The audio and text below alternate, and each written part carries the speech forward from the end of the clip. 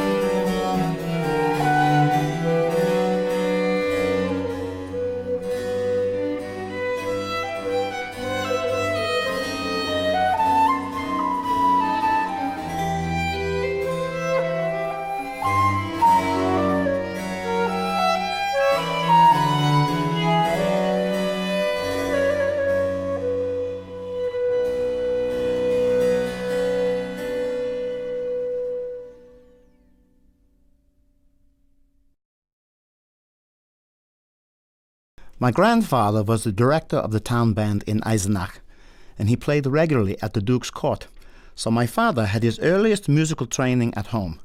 But tragedy struck when my father was only 9. Both his father and his mother died in that same year. So my father and his younger brother Jakob were sent to Ohrdorf, a very small town, to live with their eldest brother, my uncle Christoph, who was the organist there and a disciple of Pachelbel. My father became first in his class in the primary school, and he continued his musical studies with dedication and enthusiasm. When my father's older brother discovered that he had been secretly copying, by moonlight, some music that had been a gift from Pachelbel, he confiscated my father's copy. But when my father told me this story, his sneaky nocturnal activity became an heroic act of defiance. The curriculum at Ohrdorf was conservative but comprehensive. Well, my father came from a family of musicians. He excelled at Latin, Greek, mathematics, science, history, Lutheran doctrine, and theology.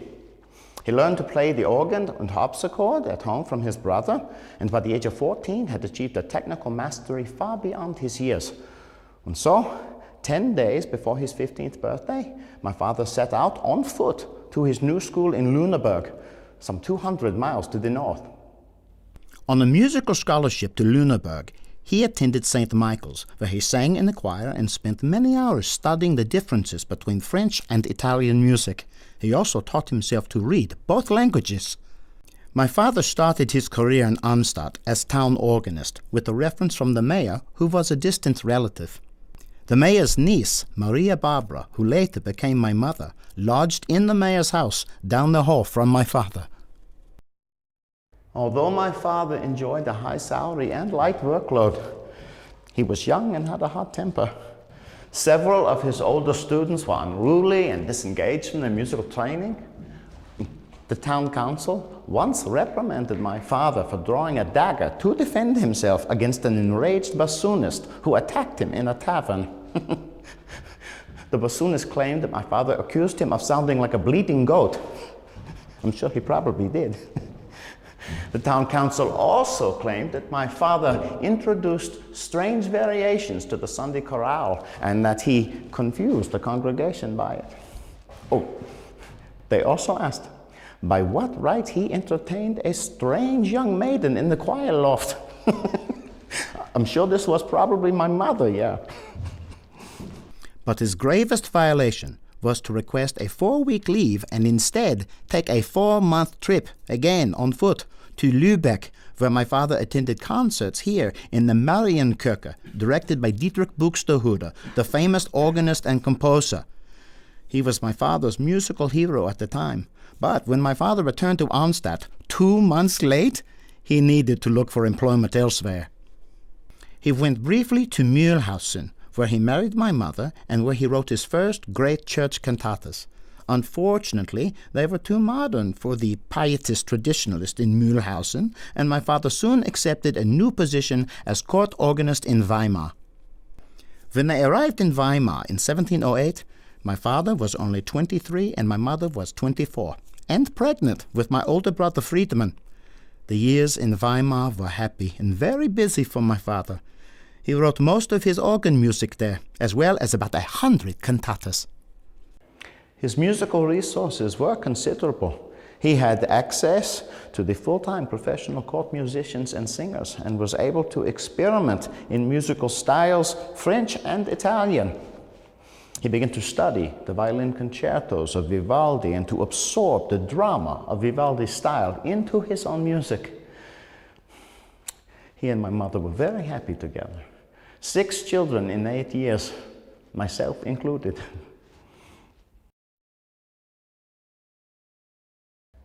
My father's life was hard, soured by disease and death. But young Friedrich suffered as well, despite his family's wealth. As the firstborn son of the Prussian sovereign, Friedrich was destined to be king. But his mother and father saw his role as king very differently. Friedrich's mother, Queen Sophia Dorothea, was the daughter of King George I of England and the sister of King George II. She was brought up in luxury in Hanover, where George I ruled as elector before he went to London. She regarded the Prussian court as primitive and unrefined. Her fondest dream was for her son Friedrich to marry his cousin Amelia, daughter of George II, and for her eldest daughter Wilhelmina to marry his son George III, making her daughter the future Queen of England. Since the sophisticated German court spoke French, she encouraged her eldest son and daughter to affect French manners. She hired a French tutor for their schooling, and she supported Friedrich's passion for playing the flute. But his father held a very different vision for Friedrich. He wanted an heir who was a strong leader, good at building and leading a fearsome army. He wanted his heir to be the frugal administrator of his kingdom's finances, and he wanted Friedrich to be a noble German, unaffected by effeminate French heirs. In short, he wanted Friedrich to be like himself. Friedrich William was indeed frugal. When his own father died, his first royal act was to fire all of his father's court musicians, as well as most of the other court employees. He even sold off most of his father's horses, the royal silver, and the crown jewels. He was obsessed for Prussia to make a profit. He issued instructions to his ministers, minutely specifying trade policy for agriculture and manufacturing. And he lived by the advice of his grandfather, the great Elector, who said a king needs to be strong. In order to be strong, he must have a good army. To have a good army, he must pay for it. To pay for it, he must raise the money. Friedrich William loved his army. He even had an elite corps that he called his giants, literally huge, giant soldiers who looked fearsome in uniform and whom he pressed into service by kidnapping them. His closest friends were his generals, who he met with nightly to drink and smoke in the fellowship they called the Tobacco College. Two of his closest friends in the college, unfortunately, were on the Austrian payroll, who specialized in giving him bad advice. Good for Austria, bad for Prussia. For example, they warned him against the alliance with England that his wife so dearly desired. Feeling overwhelmed by the complexity of foreign policy and not fully trusting those offering advice, Friedrich William became frustrated, angry, and all too often lost his temper, which he took out on those around him. A frequent victim was young Friedrich. When he was only 12 years old, Friedrich and his father attended a dinner party hosted by one of the Austrian spies, Field Marshal von Grunkhoff, who was also the Prussian Ministry of War. After the meal and many cups of strong wine, Friedrich William wrapped his arm around the crown prince and began tapping him with the cane as he dispensed royal advice to his captive audience. Soon, the taps turned into blows, as Friedrich's father began to beat his son in order to emphasize the importance of maintaining a strong army. Our neighbors want nothing more than to make us do a somersault. I know their intentions. Whack! You will learn to know them. Whack! Believe me, trust not in vanity, trust in reality. Whack! Have a good army and money. Whack! Therein lies the glory. Whack! And the king. Whack! This painful and embarrassing incident became well known throughout the capitals of Europe. During his teen years, Friedrich's father became ever more frustrated, and the beatings became ever more frequent. Because Friedrich curled his hair, because he spoke French, because he wore gloves on a cold hunt, or because he ate with silverware instead of a steel fork. And Friedrich was not the only victim to his father's rage. Servants, officers, even diplomats witnessed the fits and violent mood swings. His Austrian advisors eventually convinced him to visit as a guest Augustus the Strong in Dresden. The trip was presented as an opportunity to raise his spirits and strengthen the relations with an important neighbor. With some coaxing, Friedrich William allowed the crown prince to come as well. Augustus the Strong had a glittering court in Dresden. His orchestra and his opera were outstanding, and he shared his own appetite for food and wine with his Prussian guest. In Dresden, young Friedrich, at the age of 16, attended his first opera and had his first flute lesson with the great Johann Joachim Quanz. Friedrich also played the flute with a full orchestra for the first time, and likely enjoyed another first, one of Augustus's many mistresses. A few months later, when Augustus reciprocated with a visit to Potsdam, he brought Quantz with him. In Potsdam, Quantz agreed to be Friedrich's flute teacher, paid secretly by Friedrich's mother. This arrangement led to a predictable scene. Friedrich, his sister Wilhelmina, and Quantz secretly arranged musical gatherings in the prince's apartment, complete with Friedrich wearing a red and gold robe, his hair curled and poofed in the French style, when a lookout spotted Friedrich's father about to make an unexpected intrusion. Wilhelmina and Quantz grabbed the musical instruments and hid in a firewood closet. Friedrich hid his prized robe, but his poofed hair gave him away. Enraged, his father found the robe and threw it in the fireplace, along with some French books. The relationship between Friedrich and his father continued to deteriorate. His father continued to beat him in front of servants and officers. Friedrich saw his father as a gout-ridden drunk whose best friends and wife regarded him as a fool. His Austrian advisors even used Fatty as his code name. Friedrich's behavior became treasonous. He extorted money to support his growing library and secret musical activities from governments such as Austria, England, and Russia, promising to repay them once he became the king. When the French ambassador complained to Louis XV that Friedrich had been loading him with favors, the French king replied, "Present him with my acquiescence in his sentiments and assurances of my interest in his welfare." But in spite of the subsidies and bribes from abroad, Friedrich was never content. His relationship with his father soon became unbearable. He decided to escape. His closest friend and fellow flute player, Lieutenant Hermann Hans von Katte, assisted Friedrich in his plans. While Friedrich was touring the western provinces, they planned to flee, first to France and then to England. Some say that the Austrian advisers had whispered into Friedrich's father's ear that Friedrich and Katte acted like lovers, so his father already suspected they were up to no good. Recklessly, their plot involved secret meetings, safe houses, aliases, highly incriminating correspondence, and even a flamboyant red cape Friedrich bought for the occasion. The king's men quickly thwarted the plot. Both Katte and Friedrich were arrested for treason, both certain they would be executed. In the end, Friedrich was spared, but his father made him eyewitness to Katte's gruesome beheading. His father kept Friedrich at the fortress prison in Cöthen for several weeks, and then forced him to remain in the East for another year. When Friedrich finally emerged from isolation, both his heart and his will were broken. He quit sharing his thoughts with others, and he developed a ruthless survival instinct for strategic deceit. Under his father's minders, he dedicated himself to learning the skills of governance. He visited and analyzed the workings of farms, mills, and foundries, while enthusiastically studying the military. At his sister Wilhelmina's marriage to the Margrave of Bayreuth, Friedrich played the cold stoic, unsmiling and silent. When his sister reproached him later, he explained that he had reasons for acting the way he did. Soon his father announced that Princess Elizabeth of Brunswick-und-Bevern was to be Friedrich's wife. He told his father that he was most grateful and that he awaited further orders in most humble submission.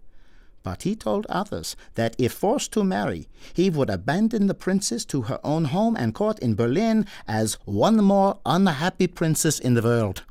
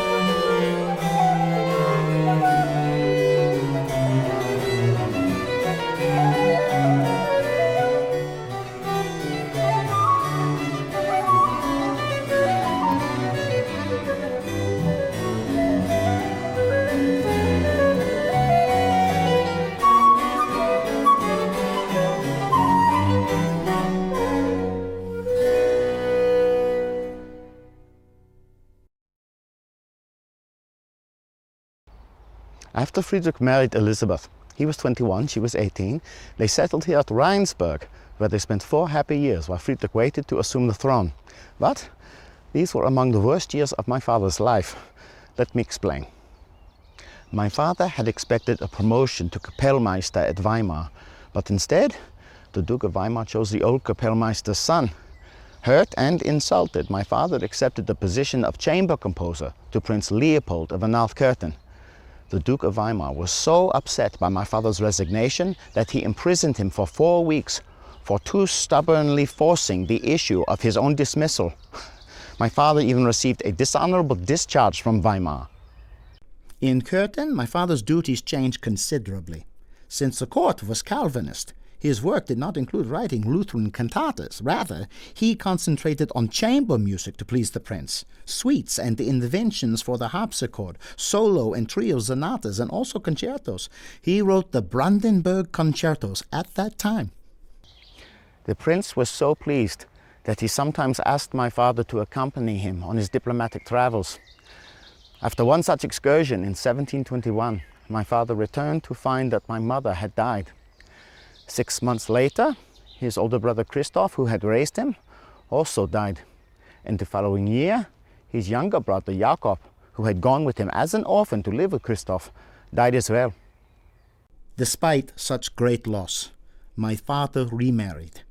My stepmother, Anna Magdalena, was a fine singer, and the newlyweds prepared to move again. So, in 1723, my 36-year-old father, his pregnant 21-year-old bride, my 2 brothers, my sister, my aunt, and I all moved to Leipzig, where we lived in quarters allocated to my father as the town cantor and the teacher in the St. Thomas School. Anna Magdalena was a dedicated and dutiful wife. They had 13 children in 19 years.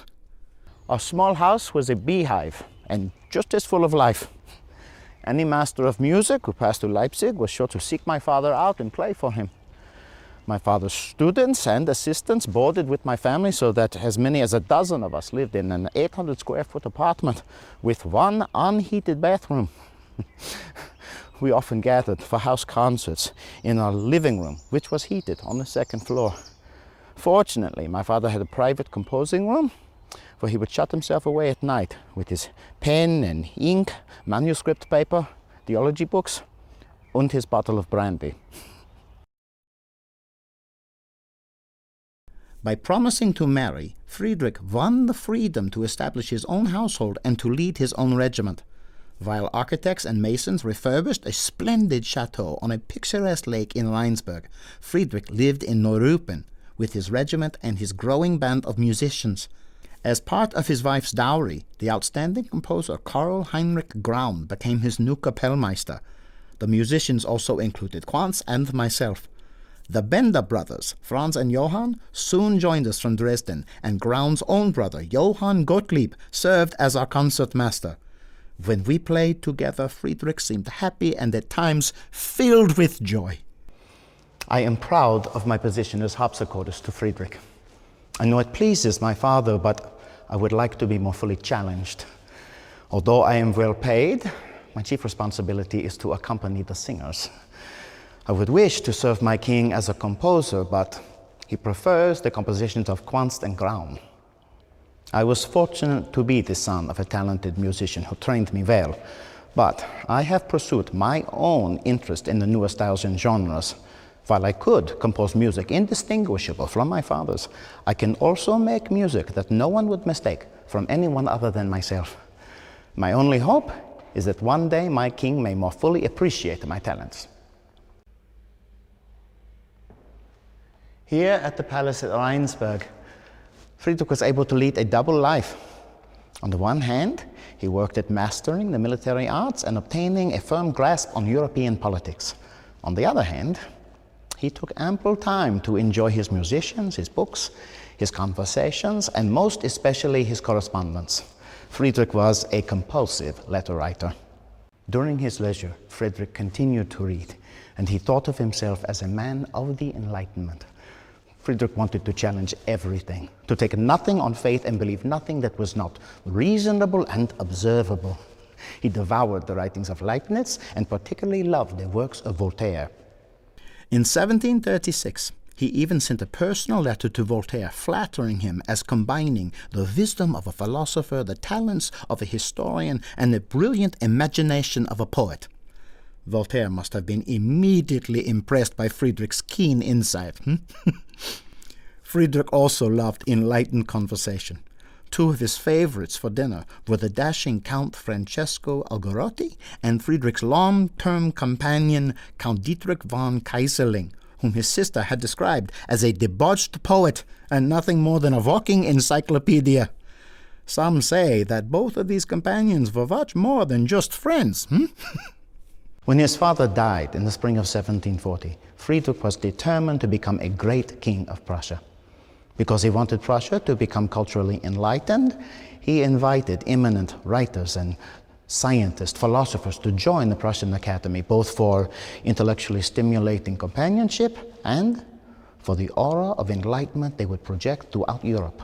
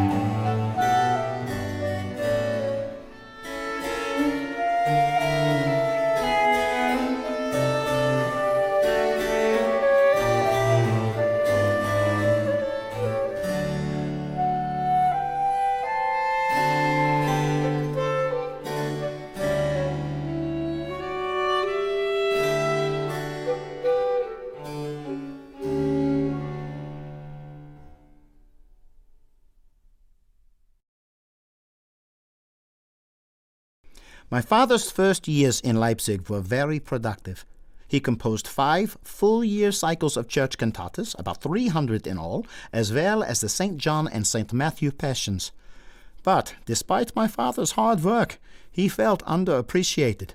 Some on the town council criticized his use of arias and recitatives in the Passions as too secular, like a comic opera, one said.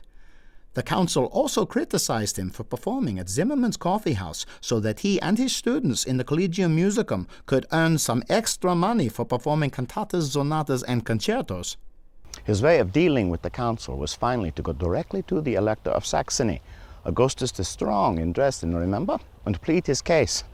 Although Augustus refused to oppose the authority of the Leipzig Council, his son eventually gave my father the honorific title of royal composer to the noble court of the King of Poland and the Elector of Saxony.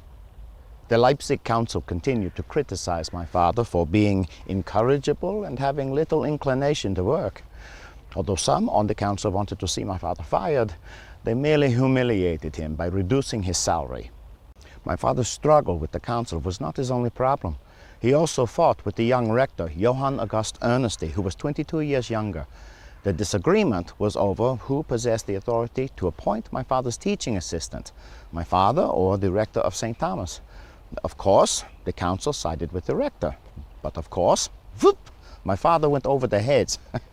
At first, the electors seemed not to take sides, but eventually the council found a way to end the dispute quietly. Another struggle, however, was fought out in public. In 1737, when my father was 52, his former student, Johann Adolf Scheiber, published a vicious attack. In a widely read journal, he called my father a social-climbing, old-fashioned composer with no education. Many years earlier, my father had taken young Scheiber as an organ student, largely as a favor to Scheiber's father, who was a good organ builder and old friend. But when my father suggested hiring a different organist for St. Thomas, Scheiber felt betrayed. Scheiber went on to become a respected music critic who wrote for the popular journal Kritischer Musicus. In the March 1737 issue, he proclaimed that my father would be the admiration of nations if he had more amenity, if he did not take away the natural element in his pieces by giving them a turgid and confused style, and if he did not darken their beauty by an excess of art. Then he went on to attack my father's lack of a university education. How can a man be faultless as a writer of music who has not sufficiently studied natural philosophy so as to have investigated and become familiar with the forces of nature and reason? How can he have all the advantages which are indispensable to the cultivation of good taste who has hardly troubled himself at all with critical study? These words cut my father at a particularly vulnerable time. He was 52 years of age. His father, his mother, and his brother had all died by the age of 50. Moreover, he was having trouble at home. Of the 13 children from his second marriage, only 6 had survived. Several had died at childbirth or shortly thereafter. The first daughter died at the age of 3, the second at the age of 4. 3 months after the death of the 4-year-old, my elder brother Friedemann, who had completed his university studies, moved to Dresden to become the organist at the Sophia Kirche. Shortly thereafter, I left the University of Leipzig for Frankfurt and the Oder to conduct the Collegium Musicum there. The following year, my younger brother Bernhard also left home to take my father's old position in Mühlhausen. Bernhard quickly ran up debts, so much so that my father had to go to Mühlhausen to settle the debts and eventually escort young Bernhard out of town. The years before my father's visit to Sanssouci were among the finest in Friedrich's life. He not only established himself as a daring and highly successful military commander, he also earned an international reputation as an enlightened monarch and patron of music. Even before his father's death in 1740, Friedrich made a close study of the art of war while tirelessly training his regiment for battle. When the Austrian emperor had asked his father to combine their forces against the French, Friedrich eagerly offered to join in. He wanted to study the arts of war from the emperor's famous general, Prince Eugene. What he actually learned, however, was that the Austrian army was poorly trained, poorly equipped, and unprepared for battle, despite the heroic reputation of Prince Eugene. He saw the weakness of the Austrian army, and he began to formulate a military vision of a larger and more powerful Prussia. When the Austrian emperor died, his young daughter and heir, Maria Theresa, looked vulnerable and pregnant, and since Friedrich already knew her army was weak, he decided to strike quickly. He seized Silesia, Austria's most prosperous territory, which bordered his own land. Friedrich's troops easily won a series of brilliantly planned battles, and by 1745 Austria was forced to cede Silesia to Prussia. Along with his growing fame, or infamy, as a military commander, Friedrich developed a parallel reputation as a prince of the Enlightenment. He invited Voltaire to live with him as a guest in his palace, probably fully aware that Voltaire was serving as a spy for the French government. Friedrich and Voltaire were fascinated by each other. They occupied adjacent rooms here at Sanssouci and would enjoy nightly dinner parties with dazzling conversation, which would provoke the other guests to laughter and even applause. But soon the brilliant Voltaire began to grate on Frederick, especially when Voltaire would disagree with him.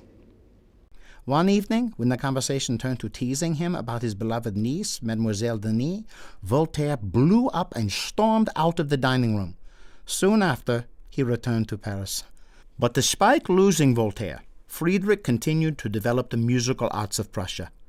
Frederick personally developed plans for one of the most splendid opera houses in Europe. He recruited the finest musicians and dancers, including a Venetian ballerina with whom gossips reported he had an affair. He installed the composer Heinrich Graun as opera director, and in 1742 the house opened with Graun's brother Johann as concertmaster. Frederick himself drafted opera librettos and sometimes even coached the singers personally. When my father made his historic visit to Sanssouci, we had the finest orchestra in Germany. Here you see Frederick himself in the center of our music room playing the flute in the company of his favorite musicians. To the right, listening intently, stands his flute teacher, Johann Joachim Quantz, who typically oversees our concerts in Sanssouci. Standing to the left of Quantz are the violinists Franz Binder, Gustav von Gutter, and Jakob von Beilfeld. I am seated at the harpsichord, and to my right is the cellist Johann Georg Speer. Behind me, in the shadows, is the distinguished Pierre-Louis Maupertuis, president of Friedrich's Berlin Academy, who often attended our private concerts, and seated below him is the elderly Gräfin Sophie Charlotte von Kammes. At the left are more of our distinguished audience, including Friedrich's sister Wilhelmina, and above her, standing, is our Kapellmeister Karl Heinrich Graun. Among our special guests, standing at the far left, is Egmont, Count de Chasseau. Immediately upon my father's visit to Sanssouci, Frederick ushered my father into the room where he kept his new fortepiano, constructed by Gottfried Silbermann. Frederick then began to play a complex and fascinating chromatic theme. He asked my father to use it in a fugue and play it on the new fortepiano, which my father did immediately, improvising in 3 parts. Frederick then asked my father how he liked the new instrument. My father replied that he admired the tone, but that it was weak in the high register and too hard to play.